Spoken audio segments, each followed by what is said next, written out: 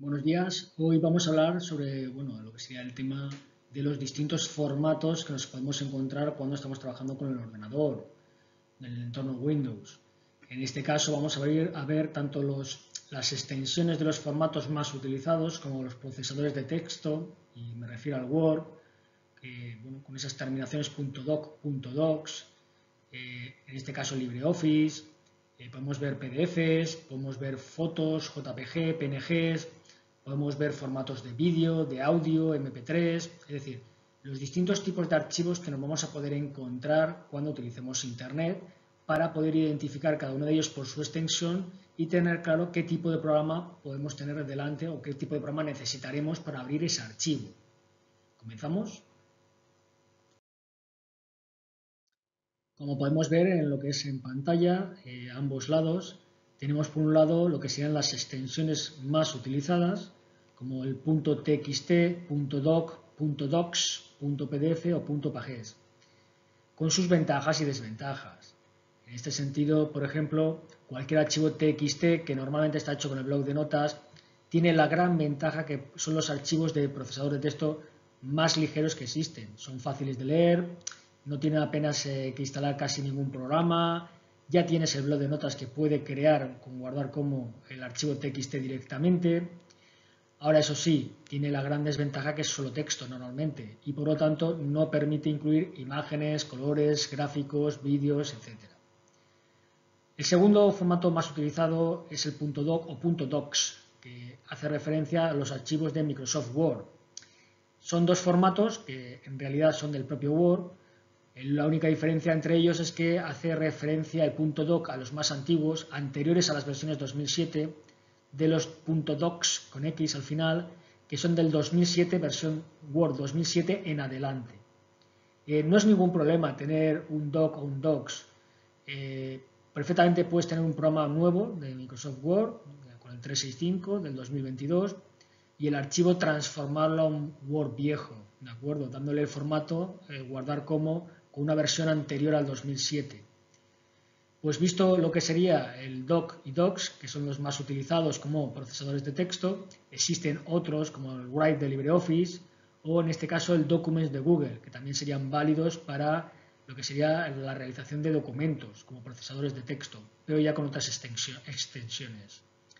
Tenemos los .pdf, que son normalmente fotocopias, es un estándar, es un intercambiador de documentos, y en ese sentido el PDF normalmente se envía a alguien cuando quieres que no te modifique el documento, es como enviar una fotocopia. No obstante, los PDF se pueden modificar y existen páginas web como I Love PDF que pueden transformarte un PDF a Word. Por último, tenemos los .pages, son fáciles de usar estos formatos, se sincroniza mediante iCloud, es decir, necesitas internet para poder conectarte a lo que es la aplicación, y con todos los dispositivos de Apple que tengas a continuación. Es un formato para los amantes de iPhone.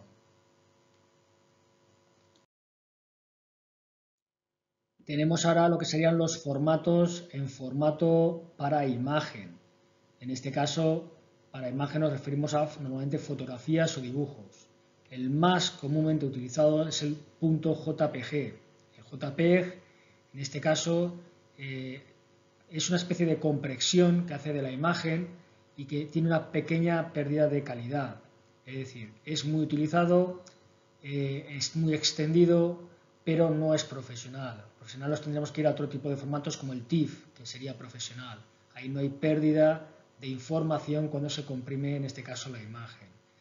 Más utilizados, pues el JPG, el PNG, que también se utiliza no solo para fotos, sino también para dibujos, tema de infografías. Como he indicado anteriormente, .TIFF, que es más profesional, .GIF, que sería para una animación de varias fotografías, y en ese sentido pues son los formatos más utilizados en lo que sería la utilización de fotos o dibujos en nuestro ordenador. La extensión JPG, la extensión PNG para fotografías ambas, GIF, animación de fotografía, y otros formatos como BMP o TIFF un poco más profesionales.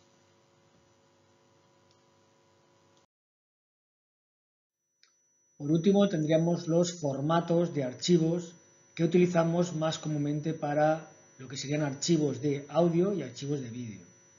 En cuanto a los archivos de vídeo, los formatos más utilizados serían el .avi, que en ese sentido va perdiendo peso con respecto a extensiones un poco más modernas.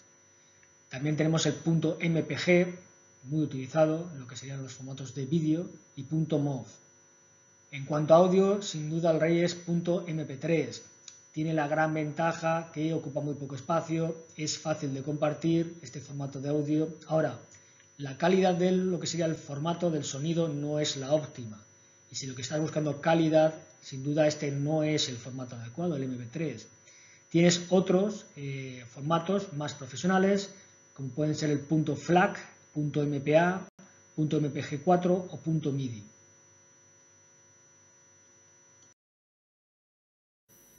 En el siguiente ejemplo, pues tenemos lo que es en el escritorio, un montón de fotografías que vamos a introducirlas dentro de una carpeta, como hemos visto en los distintos ejercicios que hemos hecho hasta ahora. Tenemos la carpeta documentos y en ese sentido vamos a introducir dentro de lo que sería la carpeta todos los archivos. Como vemos, puedo, haciendo un clic sobre la superficie del escritorio y arrastrando el ratón, soltando, puedo seleccionar varias fotografías a la vez o simplemente dándole con la tecla control y un clic a cada una de ellas, dejando la tecla control apretada, puedo ir seleccionando aquellas fotografías que quiero mover o introducir en algún sitio. Como vemos en el ejemplo, tengo seleccionadas 3, 4, 5, 6, 7, 8 fotografías que voy a mover cuando se ilumine dentro de la carpeta documentos. Ya tengo la carpeta documentos, que si entramos dentro de ella, vemos que dispongo de 8 fotografías, 8 fotos en distintos formatos y 3 documentos de Word. Muy bien. Lo que quiero es visualizar qué tipo de documento, qué tipo de formatos tengo dentro de mi carpeta. Y para ello tengo varias opciones. En el lado inferior tengo dos de ellas, las más utilizadas, que por un lado es la que estamos viendo actualmente, que es ver los iconos grandes, con lo cual me hago una idea no solo que son fotografías o que son documentos de un procesador de texto, sino qué fotografía es más o menos por el dibujo que tiene. Es una miniatura de la foto real que tengo guardada.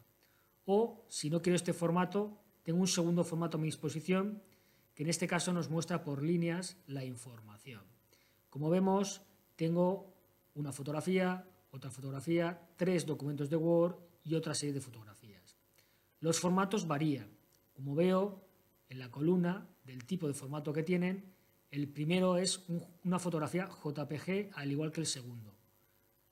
Vienen 3 documentos de Microsoft Word. Si no veo bien lo que es la extensión del programa que hemos utilizado en este archivo, puedo desplazar lo que es la columna para ver completamente la información. Repito, tenemos 2 documentos que serían fotografías, JPG, 3 documentos de Word, como hemos indicado, y una serie de fotografías que también son JPGs, que es el formato tradicional de las fotografías, pero vemos la última que es un PNG, que también es una fotografía, pues fotografía o dibujo. Pasamos nuevamente a la visualización de lo que serían los iconos en un formato más grande y vemos cómo sigue siendo el Office una foto, una infografía, un dibujo, y por eso tiene esta extensión, JPG o PNG. Simplemente acercando el ratón a cualquiera de las fotografías me indica el tipo de archivo que es, y como vemos en el bocadillo que aparece, esta es la fotografía que es PNG. Me indica la dimensión, 624 por 835, y el peso, el tamaño, 278 kilobytes o 0,27 megas, lo que prefieras. Si pasamos a la foto que tiene a continuación al lado, vemos que es en este caso un archivo JPG, ya es un archivo diferente. Sus dimensiones más grandes, 1600 por 534, y su tamaño en peso es de 51,9 kilobytes. Muy bien. Pues como vemos, paso nuevamente a la información a lineal y tengo lo que son los nombres que se le ha dado a cada uno de los archivos, la fecha en que fueron creadas y la hora, el tipo de archivo que es y lo que pesan para tenerlo en cuenta, por ejemplo, a la hora de mandar correos electrónicos, como sabemos, Gmail, Outlook, Yahoo, etcétera. Solo tienes un máximo de 25 megas de espacio para mandar correos electrónicos. yo podría juntar fotos o archivos por un peso total de 25 megas y es algo que tengo que tener muy en cuenta. Pero en este caso, aparte de pararnos aquí para ver cómo puedo visualizar dentro de una carpeta los distintos archivos o elementos que tengo dentro de ella, como hemos indicado en la parte inferior tengo estos dos iconos, los más utilizados, tengo más opciones. Si damos a la pestaña en la parte superior Vista, vemos que en el centro aparece un bloque que se denomina Diseño. En este caso aparecen 6 formatos de cómo podría yo visualizar los documentos dentro de mi carpeta. Pero si le doy a la flechita hacia abajo, vemos que son 8 formatos. El primero de ellos, como vemos, son iconos muy grandes. Y para poder visualizarlo tendría un poco que arrastrar la superficie para poder ver correctamente todos esos iconos en su extensión. Tienes iconos grandes, pequeños, medianos, lista y detalle de lista, que es el que suelo utilizar yo porque es el que más mi información me da. Al fin y al cabo, esto que estoy mostrando en Vista y Diseño es simplemente la visualización de los documentos que tengo dentro de la carpeta. En ningún momento estoy modificando nada del archivo en cuestión.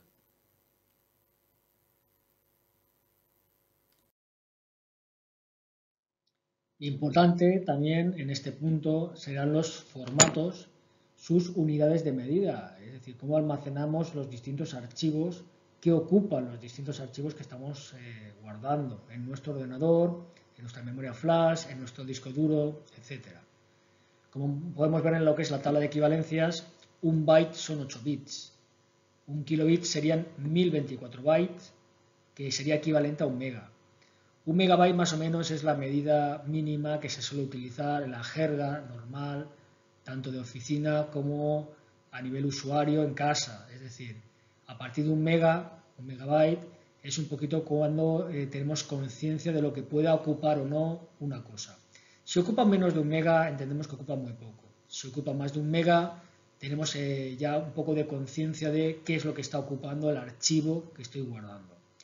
Y esto viene indicado porque los correos electrónicos normalmente dejan un máximo de 25 megas para poder mandar correo electrónico.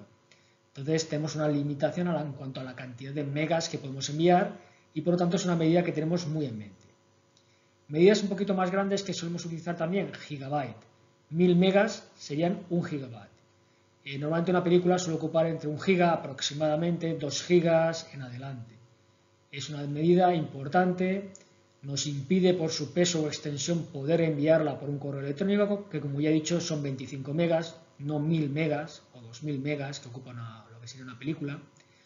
Y en ese sentido tendría que utilizar un correo electrónico alternativo a los tradicionales Gmail, Yahoo, Hotmail, que me permita mandar archivos tan grandes.